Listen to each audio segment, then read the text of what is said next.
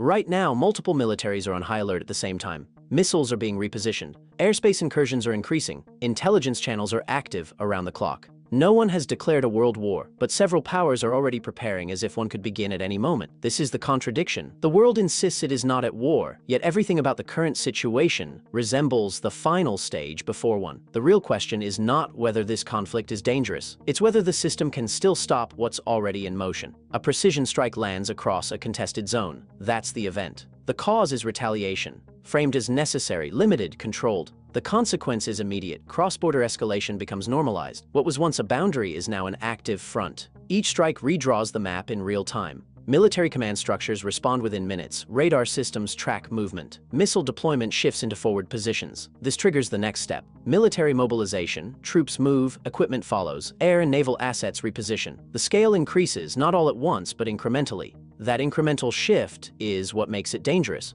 because escalation here is not sudden. It is cumulative. At the same time, defense alliances begin recalculating. Commitments are reviewed. Contingency plans activate quietly. The risk of NATO activation risk enters the equation, not as an immediate action, but as a credible possibility. That possibility alone changes behavior. It raises stakes without a single additional shot fired. This is military brinkmanship in its purest form. Each side pushes forward, testing limits, probing reactions, trying to establish strategic deterrence without crossing into full-scale war. But deterrence is fragile. It depends on clear signals, and right now signals are being misread. That misreading is where escalation accelerates. Behind the visible conflict, a second layer is already active. Intelligence operations intensify. Covert operations expand into critical zones. Cyber warfare targets infrastructure, communications, energy grids, financial systems. These attacks rarely make headlines, but their effects are immediate. Systems slow down, logistics falter, trust erodes, event leads to disruption, disruption leads to uncertainty, uncertainty leads to reaction, and reaction is what drives the crisis escalation ladder upward.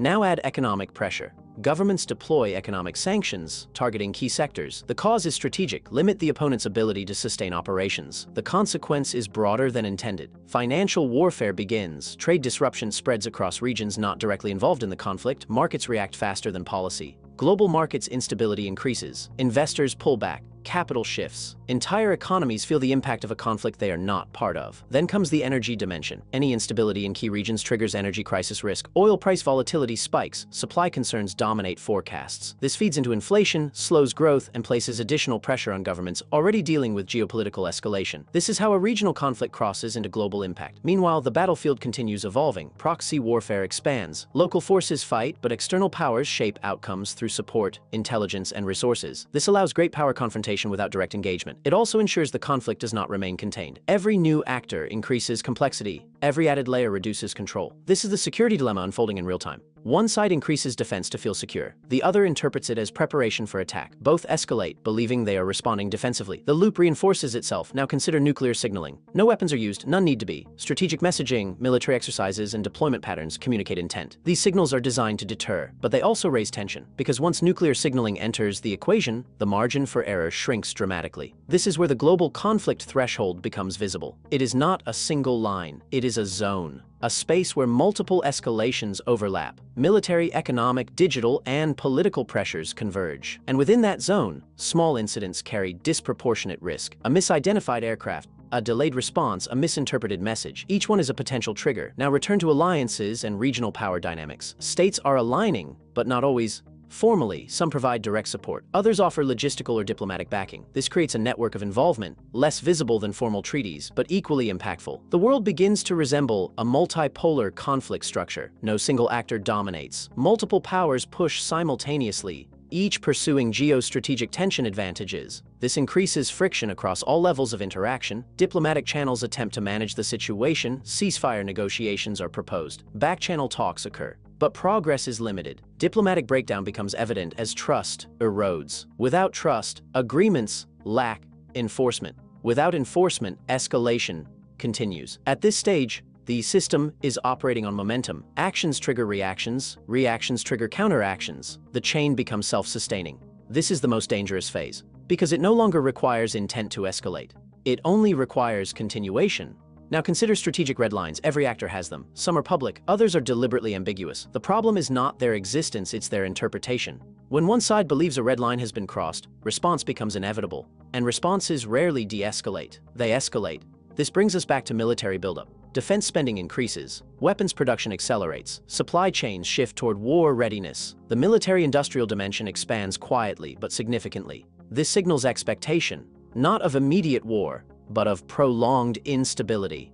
And prolonged instability reshapes the global security architecture. Institutions weaken, alliances shift, norms erode, the system becomes less predictable. Right now, the conflict remains below the threshold of full global war, but only just. The gap between current conditions and a broader international intervention is narrowing. Three possible paths emerge. First, stabilization. Ceasefire negotiations gain traction. Escalation slows. The conflict freezes. This reduces immediate risk, but leaves underlying tensions unresolved. Second, sustained escalation. Proxy warfare continues. Economic and cyber pressures intensify. The system adapts but remains under constant strain. This becomes the new normal. Permanent instability. Third, systemic rupture. A single event, unexpected, rapid, pushes the conflict past the global conflict threshold. At that point, alliances activate fully. Direct confrontation between major powers becomes unavoidable. The conflict transforms into something far larger. The danger lies in how quickly the system can shift between these paths. Because right now, control is not absolute. It is conditional. At the beginning, we saw a world on alert, militaries preparing, systems activating, signals being sent and received. Those were not isolated developments. They were indicators of a system approaching its limits. This conflict is not yet a world war, but it is operating within the conditions that make one possible. The escalation is real, the risks are compounding, and the structures designed to prevent catastrophe are under pressure. The final question is no longer theoretical, it is immediate. How many more steps remain before the system crosses a line it cannot step back from? Subscribe for clear, high-level analysis of conflicts shaping global power. Like the video to push real insight forward. Share it, because when this line is crossed, it won't stay contained.